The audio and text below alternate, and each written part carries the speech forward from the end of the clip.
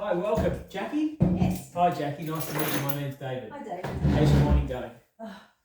Crazy trying to get through that traffic this morning was a bit crazy, but Oh, yeah. all good. Cool. I'm glad it wasn't earlier, otherwise it would have been worse with the traffic. So thank you for the time. No worries. Where do you have to drive from? Do you have a long drive? Yeah, about an hour. Really? But the bosses really thought that this would be beneficial, so I'm glad that you did it outside peak hour because it would have been a lot worse. So thank you. Good. Glad it suited you. No worries. Thanks, Jackie. Well, let's get to it, shall we? So the unit that we're studying today is applied communication skills.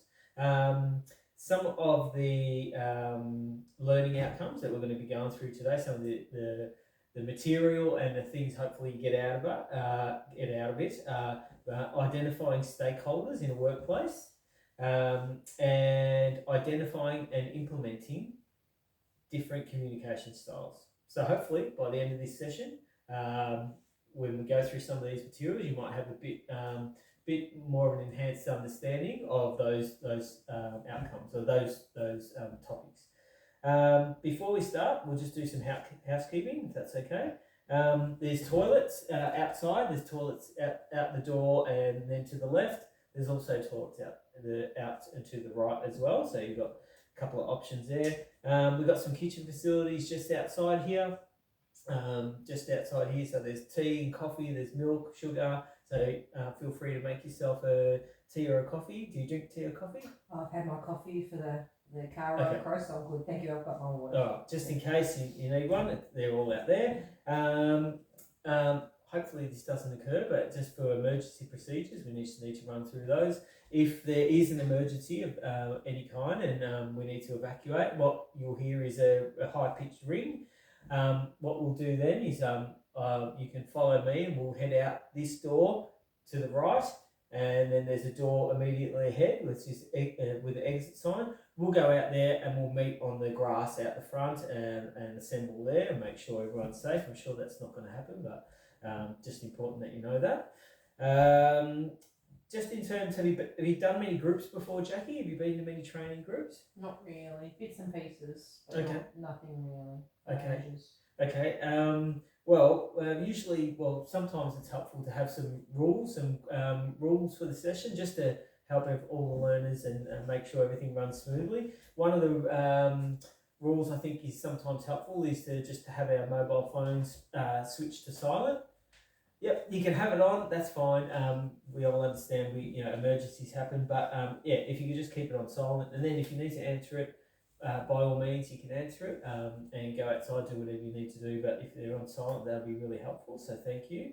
In terms of making sure everyone's privacy is respected, there's also I think it's helpful to have just some guidelines on confidentiality. So basically, that can mean, when I like to teach, I like to make sure that that the learners students understand that things that they speak about and they share in terms of the learning material and their experiences, that they're confidential. I don't go and tell anyone, other learners or anyone who doesn't need to know. I won't be going and sharing those things. So please feel free to share what you need to help get the best learning environment for yourself and to make sure that you're as comfortable as possible. So just rest assured that your confidentiality will be respected and your privacy will be maintained.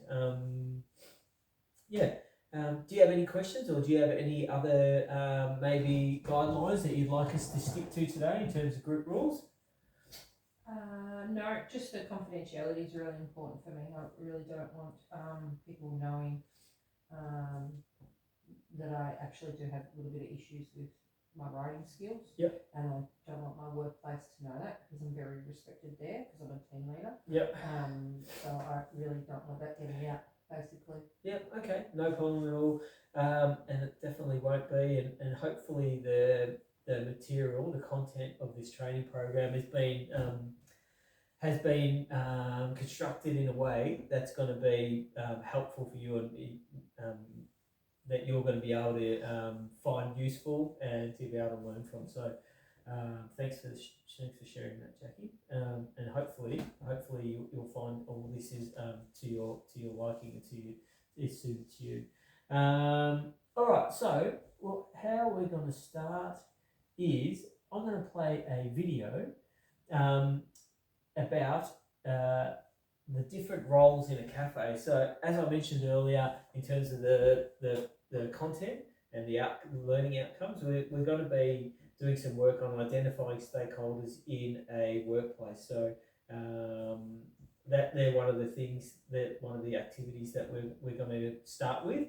Before we do, I probably what would be good is before we get into a cafe, I believe you work at a cafe, but can you just let me know a little bit about your role and your background and just to help inform me to best customise this content.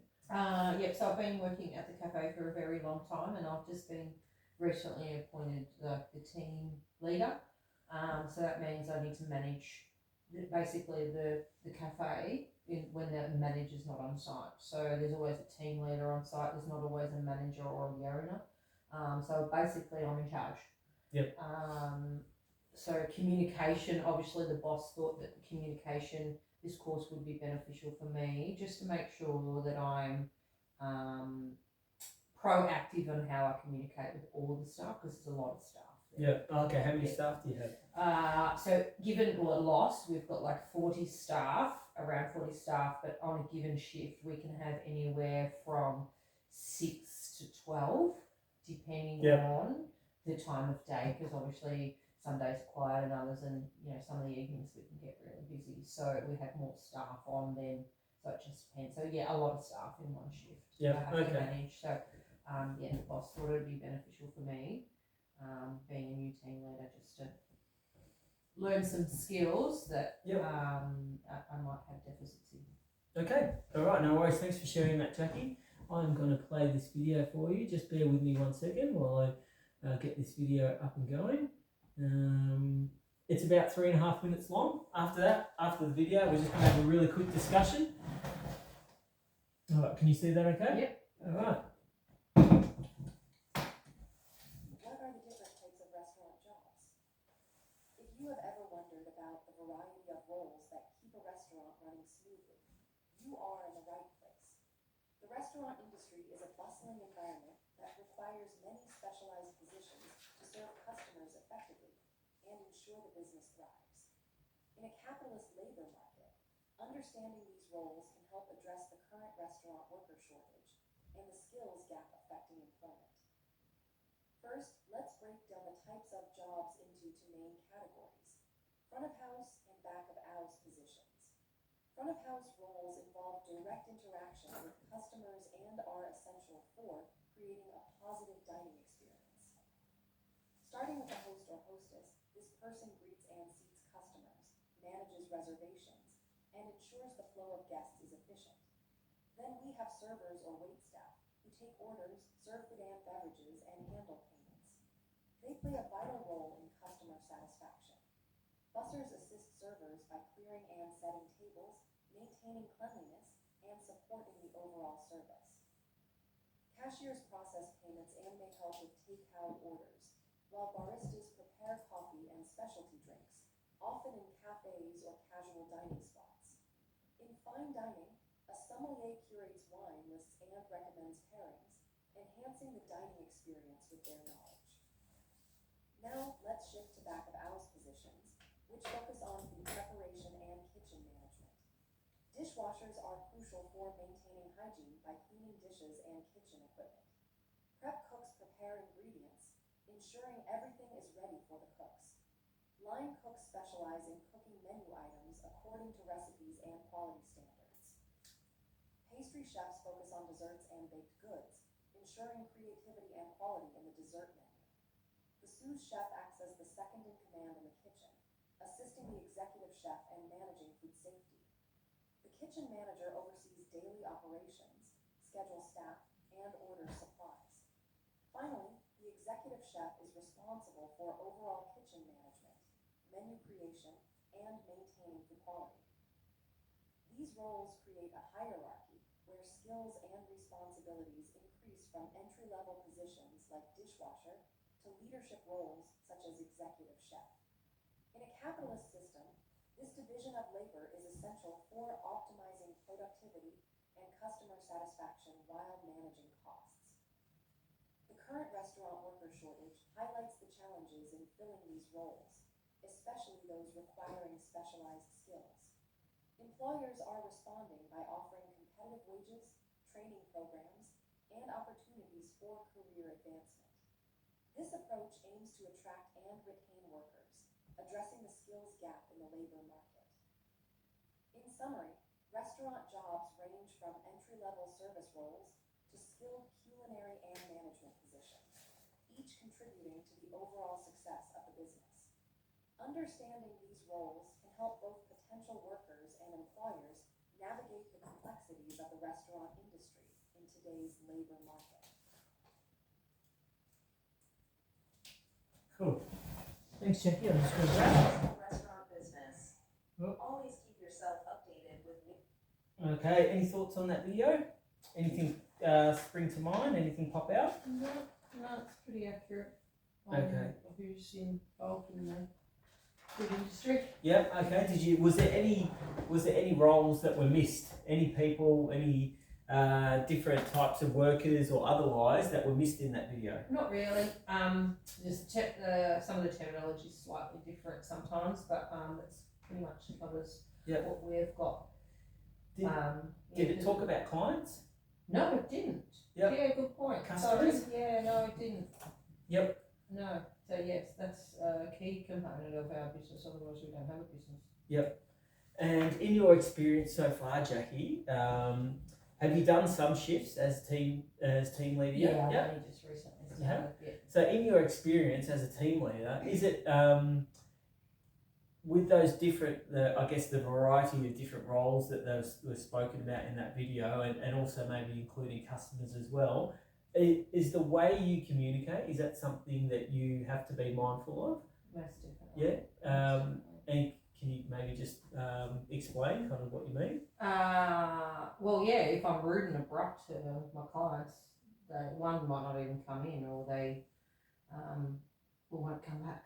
Yep. And so then your reputation gets tarnished. So yeah, and even your staff, if your staff are moping around, like no one looks happy, then it's not a great vibe of the restaurant. So you lose clients. So it's very important how we present ourselves. Yep. And communicate. Yeah. So Yep. just the body language, the tone of voice, anything. Yep. Yeah. Okay. And how we communicate with each other is really important, because customers pick up on that stuff. And do you find that you communicate differently to different people? Like, for instance, do the baristas respond better to different types of communication or ways of communication than, say, your managers?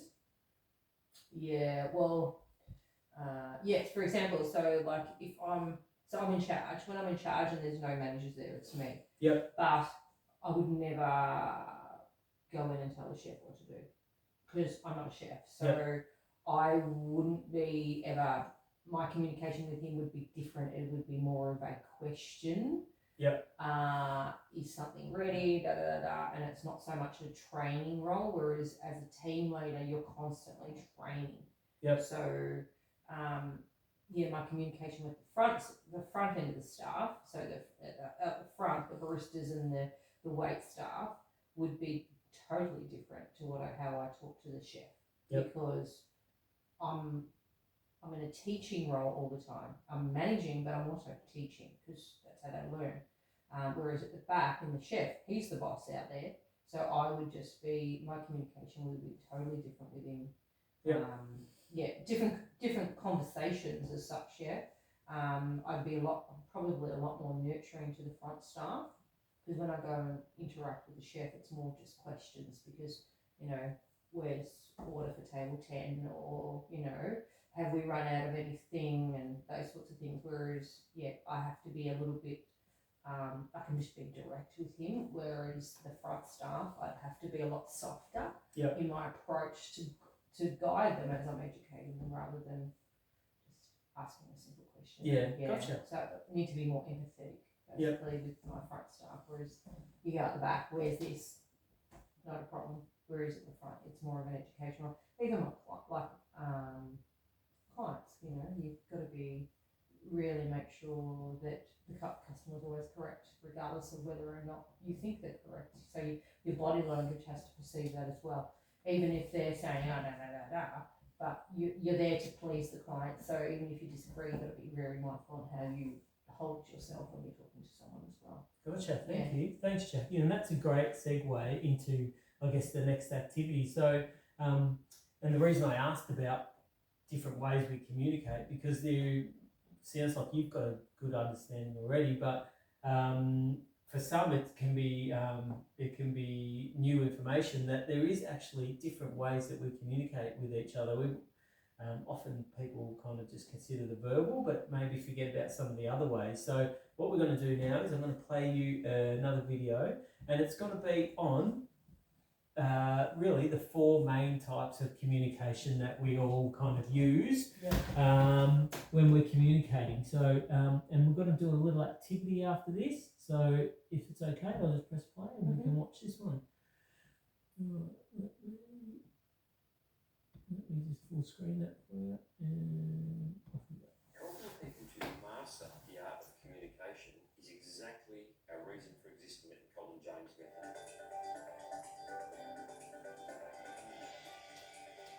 I thought I'd spend some time with you today discussing the four types of communication. We'll also discuss what each type will add and enhance to a piece of communication, and discuss some of the pitfalls that can be involved too if we use the wrong communication type in the wrong context. The first type of communication that I'd like to discuss is verbal communication. That's using your mouth, talking, using words. Now, what can verbal communication add to any piece of communication? Well, when you're talking, it's your core content. It's the message, the words you use is the communication. It's how you're contextualising it and coding it for your audience. What does it enhance? Well, good use of verbal words will also convey tone and emotion and emphasis through variations. This can clarify and reinforce the message if done well. Of course, one of the challenges of verbal communication is one of its biggest strengths, and that is its ability to convey emotion and meaning. While conveying emotion and pain is a wonderful thing to do because it really can add value to the message, too much of anything can be problematic. And if we're overly emotional, then the message can get lost between emotion. We can lose clarity, or it can be off-putting for some of our audience members. The second type of communication is non-verbal. What's that? It's our posture, our gestures, the way we move. Also, it can be the tone, the way our voice sounds, as opposed to just the words we choose. These are non-verbal communication cues that we are sending to our audience. Now, what can it add? It can add additional context. It can include messages through use of the face. It can really convey the spirit behind which a particular piece of communication is being launched at an audience. How does it enhance communication? Well, similarly to verbal communication, it can add a lot of hidden meaning that we wouldn't get if we were just reading a word on a page. We can get tone, we can get emotion, we can get context. Non-verbal communication can be very effective in that way. It can also add some really great variety in the way we communicate. Think about the idea of using gestures and what that can do for you. For example, a profitable year is nothing like a profitable year. A potential drawback with non-verbal communication is it can sometimes send quite unintended messages. For example, the way we use our gestures or our posture can sometimes put the lie to the words that come out of our mouth, or completely flip the meaning of the words. Let me give you an example. I'm going to say the same thing twice with exactly the same words and tone of voice, but I'm going to change my gestures, and you watch how this changes the meaning of what I'm saying for the audience member. Are there any more questions? Are there any more questions? So you can see there is a lot of power in non-verbal communication, but we need to be sure we're using it the right way at the right time. The third type of communication is written communication. That's the written word on the page or on the screen, as it so often is these days. Now, what will that add? Written communication adds absolute clarity. The word is there, it's visible, we have an audit trail, we know exactly what was said by whom, and that can be very, very powerful when it comes to permanency and clarity of message. What will it enhance? Well, it will enhance precision, of course, but it will also enhance being able to be organised and being able to convey a concept well, particularly a complex concept. Sometimes seeing the words laid out on the page really, really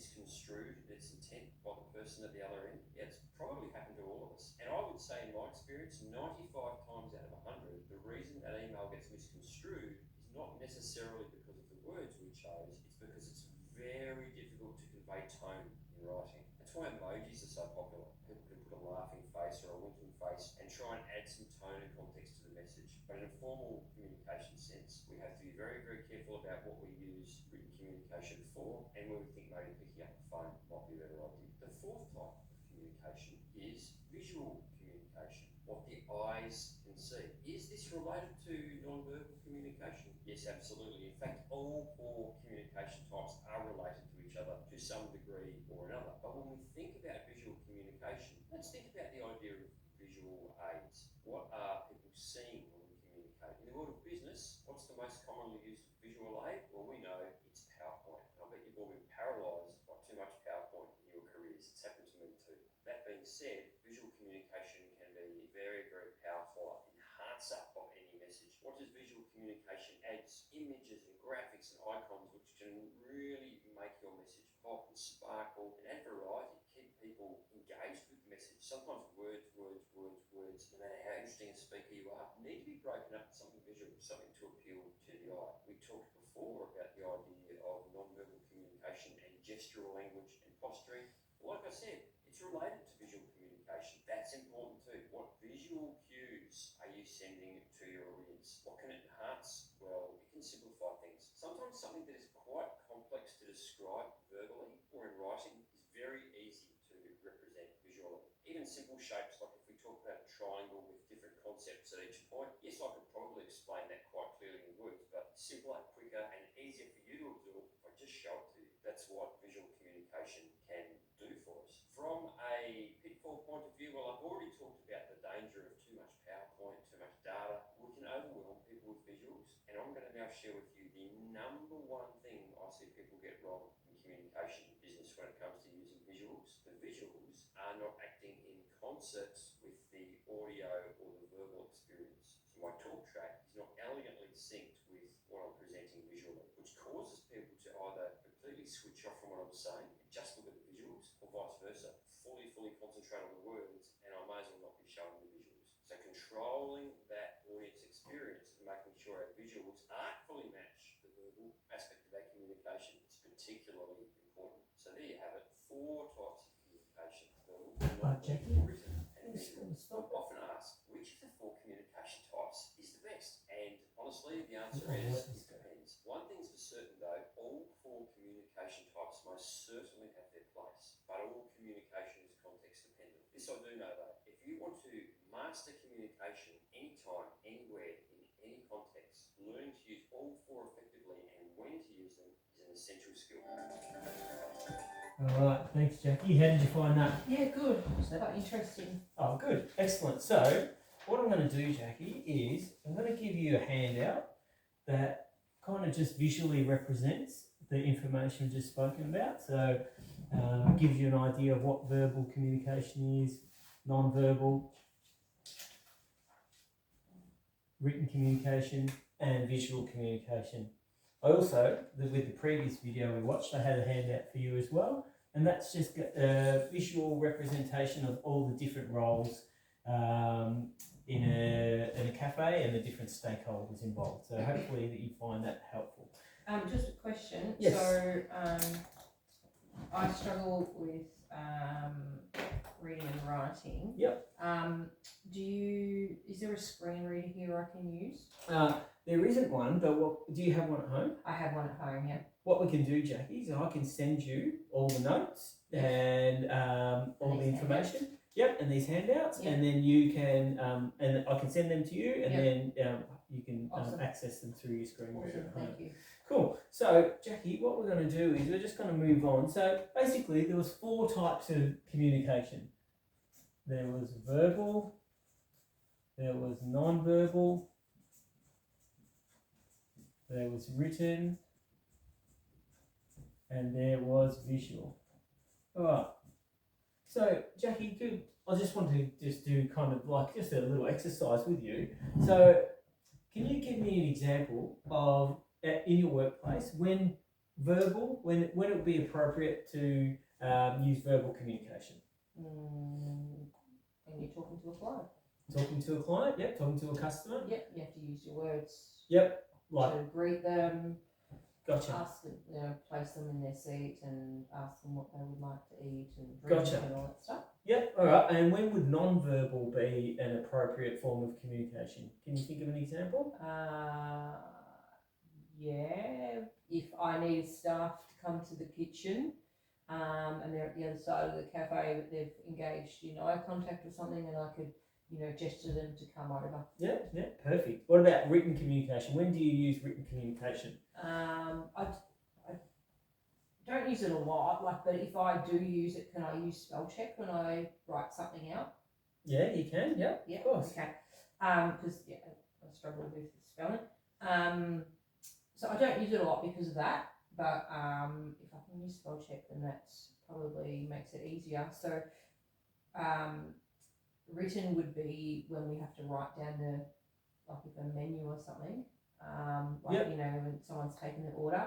Yep. I actually Gotcha. use my device at the moment, but the boss sometimes likes us to back that up with written. Yep. But I struggle with that sometimes. Okay. Great. Yes, and written in out in my workplace as well. There's signs for the chefs in case they've had a splash of oil. There's also it doubles up actually. Be visual. There's a visual because Yep. there's pictures because obviously the boss is the only one that knows that I can't read and write properly. So in case I'm in the kitchen, there's pictures for me. So then Yep. I don't know what to do in an emergency, being a team leader. But it's also written in words Okay. as well. So Gotcha. So All right. that sort of doubles it up for the written and visual. So Okay, sure, no worries, thank you. So they're all like great examples of when these different forms of communication are used. Can you give me some examples on the flip side of when perhaps it wouldn't be appropriate to use verbal communication or an inappropriate use of verbal communication?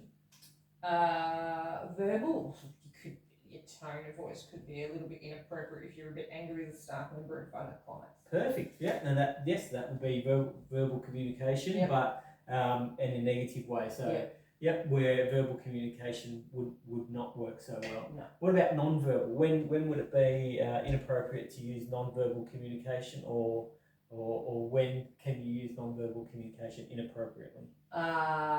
Saying if a staff member is doing something wrong, you use your body language to tell them off, but they've got no idea. So you give them the cold shoulder or frown at them or something. Yep. So So perhaps that's non-verbal. perhaps also one that I can think of is if there's been like a staff member who's done something that's quite unsafe. Yep. They would need explaining. Yes. And they would need to be guided through. So just like a non-verbal kind of rolling of your eyes, wouldn't be appropriate then. Yeah. Cool. What about written communication? When can that go wrong? There was a prime example in the emails in that video, like your tone in writing, especially someone like me who's not great with words, that my tone can be wrong. So, like if you're telling a staff member they're doing something wrong, I think I'm better off not doing an email, and I'm better off communicating with verbally because it's not my strength. Gotcha. All right. And visual. When's that inappropriate? In my workplace, Mm. having all those safety things that are in the kitchen that only the chefs can see out in the public space. So Perfect. yeah, just inappropriate use of signage in our workspace. Yeah. Great. That's excellent, Jackie. Thank you. Thanks for sharing all that. Look, that brings us to the end of the session. Thanks for your participation. And what we will do is we'll finish up here. And I'll send you those notes so you've got them all that you can access with Thank your you. notes. No worries. Thank you, Jackie. Awesome. Thank you for your Thank time. you. Enjoy your day.